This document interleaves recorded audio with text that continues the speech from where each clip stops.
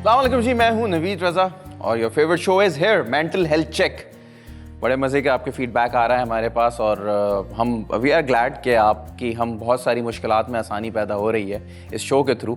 सो आज एक नया एपिसोड लेकर आए हैं और आज का टॉपिक बड़ा इम्पॉर्टेंट और इंटरेस्टिंग टॉपिक है। पोस्टपार्टम डिप्रेशन पे बात करेंगे आज।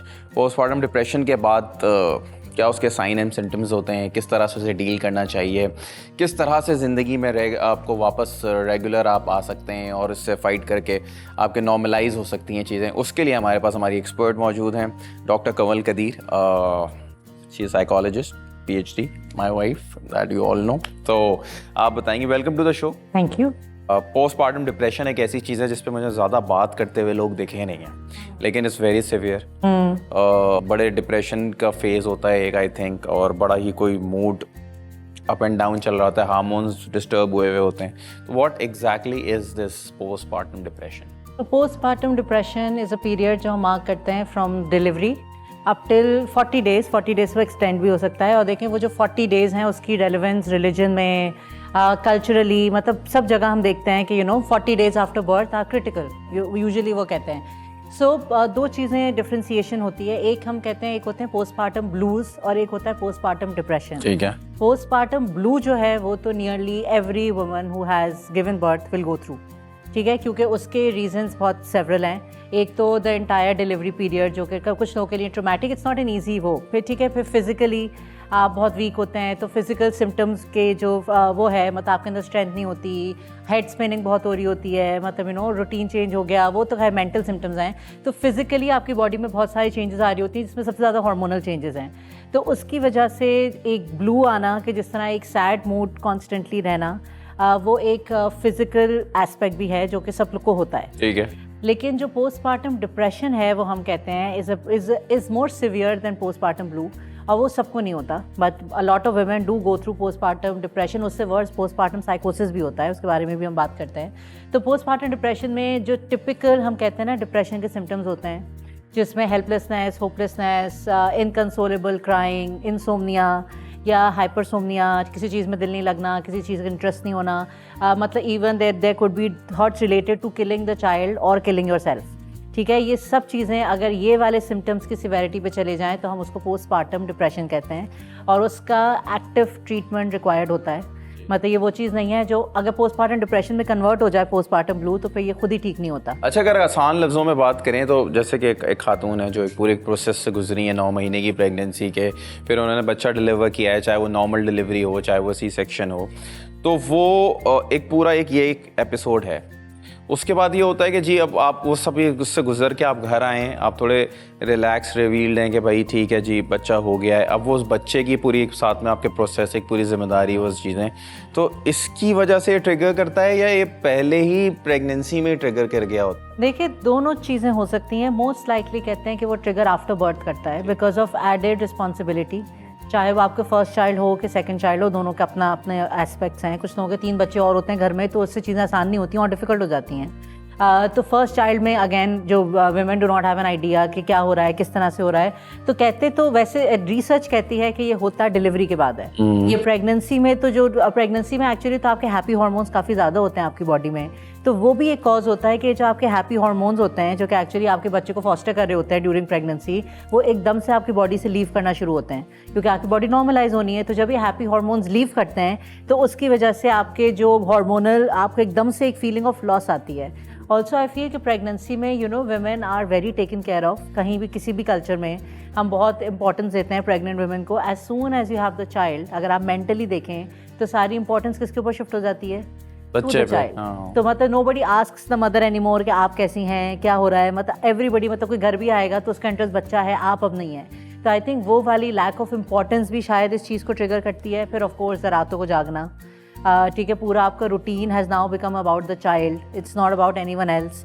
तो वो सारी जो मेंटल डिस्ट्रेस है वो आई थिंक वो वहाँ से शुरू होता है पोस्टपार्टम डिप्रेशन के शिकार सिर्फ औरतें होती हैं कि मर्दों को भी हो जाता है? मर्दों को भी होता है एक्चुअली। मुझे तो ऐसा लगता है कि मर्दों को भी हो जाता है, जब औरत जब घर पे हैं और वो mentally she is not in the right frame of mind और वो ठीक नहीं है, या फिर वो बार बार उनको कोई एपिसोड्स आ रहे हैं, तो दो तरह के मर्द होते हैं, शायद एक को डिप्रेशन हो जाता होगा, यार ये क्या हो रहा है मेरी ज़िंदगी में, दूसरे मेरे ख्याल से एग्रेसिवली उसको अप्रोच करने देखिए लगते हैं। एक्चुअली रीसेंट रिसर्च शो करती है कि आफ्टर हैविंग अ चाइल्ड जो मेल हार्मोन है उसके अंदर 60% डिक्रीज होता है आफ्टर हैविंग अ चाइल्ड, जबकि आदमी ने कुछ नहीं किया उस पूरे प्रोसेस में, लेकिन जस्ट बिकॉज के of course now you have a child, आप यूजुअली मैन असिस्ट करते हैं अपनी वाइफ्स को ड्यूरिंग डिलीवरी प्रोसेस, तो वो सब देखना, उससे गो थ्रू करना, तो गुजर तो वो भी रहे होते हैं पूरी चीज़ से। फिर अगर रात में से अम्मा थोड़ी जाग रही है, अब्बा भी जाग रहे होते हैं, तो ये सारी चीज़ों की वजह से actually hormonal changes, physical changes आती हैं ना man's brain to the body, जो 40 ही डेज में रिजॉल्व होती हैं, जितनी टाइम वुमेन को लगता है टू एक्चुअली गेट बेटर।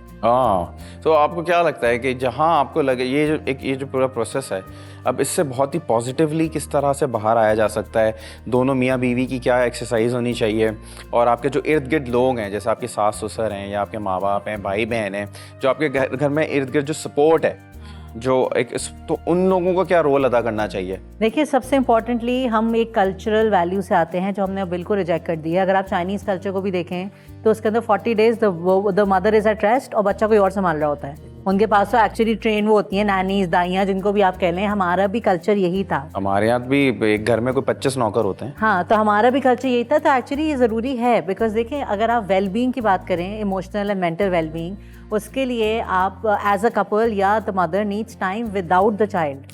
ठीक है, मुस्तकिल अगर आप बच्चे को हाथ में पकड़ के मुस्तकिल उसको फीड कराते हुए, अगर पूरा दिन पूरी रात उसके साथ जागते हुए अगर दिन ऐसे ही गुजरेगा, तो दे विल फील, अब जो वो होती है ना, actually the feeling is feeling trapped, कि द वुमेन फील कि मैं ट्रैप हो गई हूँ, मतलब अब कोई और ऑप्शन ही नहीं है मेरे पास, जब तक ये बच्चा बड़ा नहीं होगा आई एम स्टक। अब जितना भी आप अपने बच्चे से मोहब्बत करते हैं कि कोई चीज़ आपके साथ, मैं भी आपको एक बैग पकड़ा दूँ 5 किलो का और बोलूँ ये बैग मुस्तकिल पकड़ के रखना है सुबह से लेकर रात तक, और दूसरे दिन भी सुबह से लेकर रात तक, तो आप भी थक जाएंगे। 2 दिन बाद आप भी कहेंगे हाँ मैं बैग क्यों कैरी कर रहा हूँ। तो बच्चे के साथ भी यही होता है। बच्चा तो एक रोता हुआ, जब रोता है तो पूरा घर पूछता है क्यों रो रहा है, क्यों रो रहा है, क्या हो गया। तो मदर दे नो कि they are ultimately responsible for the child. तो उसकी वजह से द बेस्ट थिंग इज़ कि कोई थोड़ा टाइम, मतलब सारी वो अंग्रेज़ भी अब यही कहते हैं कि भाई अगर बच्चा रो रहा है और आपको बिल्कुल समझ नहीं आ रहा है क्या करें, आप बच्चे को बेड पे रखें। रोना बच्चे के लिए कोई डेट्रीमेंटल नहीं होता, बच्चा को कुछ नहीं होगा रोने से। बेड पे रखें, दरवाज़ा बंद करके 5 मिनट बाहर चले जाएं, ठीक है, 5 मिनट बाद अंदर आएँ वापस, होल्ड द चाइल्ड बैक, ठीक है। वो 5 मिनट आपके लिए मेंटल ब्रेक की तरह एक्ट करेगा। और बच्चा रोता रहे, कुछ नहीं होता रोने से। बच्चों के लिए रोना इज वेरी हेल्दी। हमें लगता है बच्चे को चुप कराना जरूरी है, जबकि बच्चों के लिए रोना वेरी हेल्दी। आप कह रही हैं, आप जिम्मेदारी ले रही हैं, हाँ, तो बच्चों को रोता हुआ छोड़ दें, पागल होने की जरूरत नहीं है। न्यू बॉर्न्स को तो लंग डेवलप हो जाएंगे पूरा घर, अच्छा लंग्स डेवलप होते हैं। मतलब ये ना हो कि पूरा घर, खानदान, बराबर वाले पड़ोसी, सामने वाले, कोई सब्जी बेचता गुजरा, सब रुक जाते हैं कि बच्चा क्यों रो रहा है। वही तो मतलब दैट पुट्स बच्चे को रोने देना is not an issue, it's perfectly normal. आप रिसर्चेस चेक कर लें, वो कहते हैं कोई बच्चा मसला नहीं रोए है। ना और रोए और लोगों को कंसर्न ना हो तो आधा मसला तो यहीं खत्म हो गया। बिल्कुल बिल्कुल, ठीक है। दूसरा, सो टाइम ऑफ, ठीक है। फिर एक रूटीन फॉलो करना। मेजॉरिटी औरतें क्योंकि सिर्फ घर पे रहती हैं 40 डेज, तो वो उनको लगता है ना मुझे कपड़े बदलने की जरूरत है, ना शावर लेने की जरूरत है, ना तैयार होने की जरूरत है।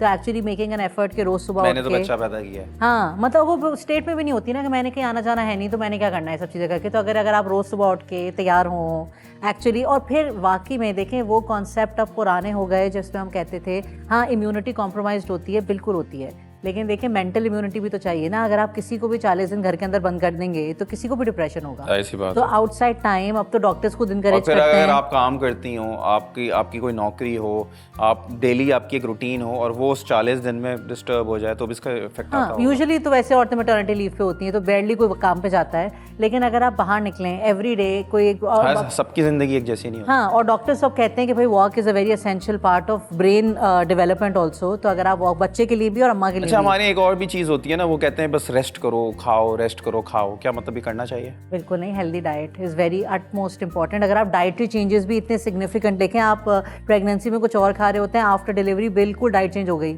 मतलब लोग कह रहे हैं ये खाओ ये खाओ ये खाओ, क्योंकि सब चीज़ें ब्रेस्ट फीडिंग से रिलेटेड होती हैं, तो वो चीज़ें भी आपके स्टमक में चेंजेस कॉज करेंगी। एसिडिटी होगी, एसिडिटी से एंजाइटी ट्रिगर होगी।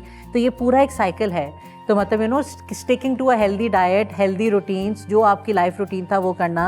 अगर बच्चा नहीं संभल रहा है तो asking for additional help, taking time off, बाहर निकल के वॉक करना, या चीज़ें करना। And even as a couple, मतलब कि एक डिनर पे चले जाना वंस अ वीक, लंच पे चले जाना। अब आते हैं एडवाइसेस पे।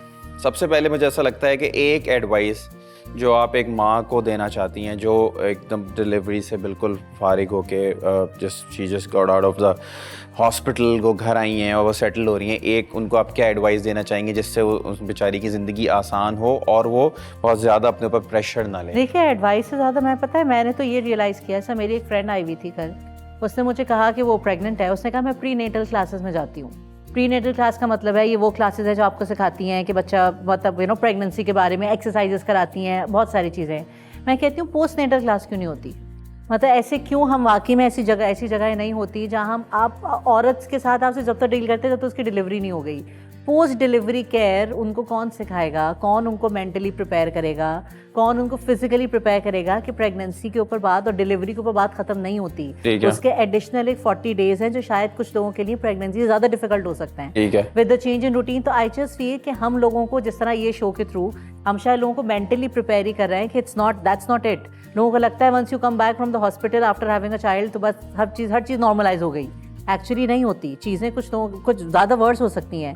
तो emotional support, mental support, physical support, आप अपनी ये सारी, और प्रेगनेंसी में देखें आप अकेले होते हैं, सारी चीज़ें आप प्लान कर सकते हैं। ठीक है, बहुत सारे लोग एडिशनल हेल्प नहीं रखते, सोच के वो बाद में रखेंगे, और अफोर्ड भी नहीं कर सकते ना, अफोर्ड भी नहीं कर सकते। मतलब कि चाहे वो ये है, देखिए बहुत अच्छा कॉन्सेप्ट होता था, क्या तो लड़की अपने घर चली जाती थी ताकि उसके अम्मी अब्बू भाई बहन ख्याल रखें। हाँ, कि वो सिर्फ यही है, मतलब उसका रीजन यही है कि आप इन सब चीज़ों से बच जाते हैं। वहाँ एडेड लोग होंगे, नींद हो जाएगी, कोई और बच्चे का ख्याल रख लेगा। लेकिन ये हेल्प आपके ससुराल में भी हो सकती है। अपना सपोर्ट सिस्टम बिल्ड करें कि भाई अगर मैं रात में सो जाऊंगी तो बच्चे का कौन ख्याल। ये सारी तैयारी एक्चुअली आपको अपनी प्रेगनेंसी में करनी है। सबसे पहले आपके हस्बैंड, फिर हस्बैंड की फैमिली, फिर आपकी फैमिली, उनके लिए क्या एक एडवाइस है कि जो आफ्टर डिलीवरी एक खातून जो है उसको किस तरह से हैंडल करना है? देखिए लाइक आई सेड कि हम अगेन प्रेग्नेंट वुमेन को सिर्फ प्रेगनेंसी तक इंपॉर्टेंस देते हैं, ठीक है, जबकि पोस्ट केयर भी उनके लिए उतनी ही ज़रूरी है for mentally, emotionally and physically.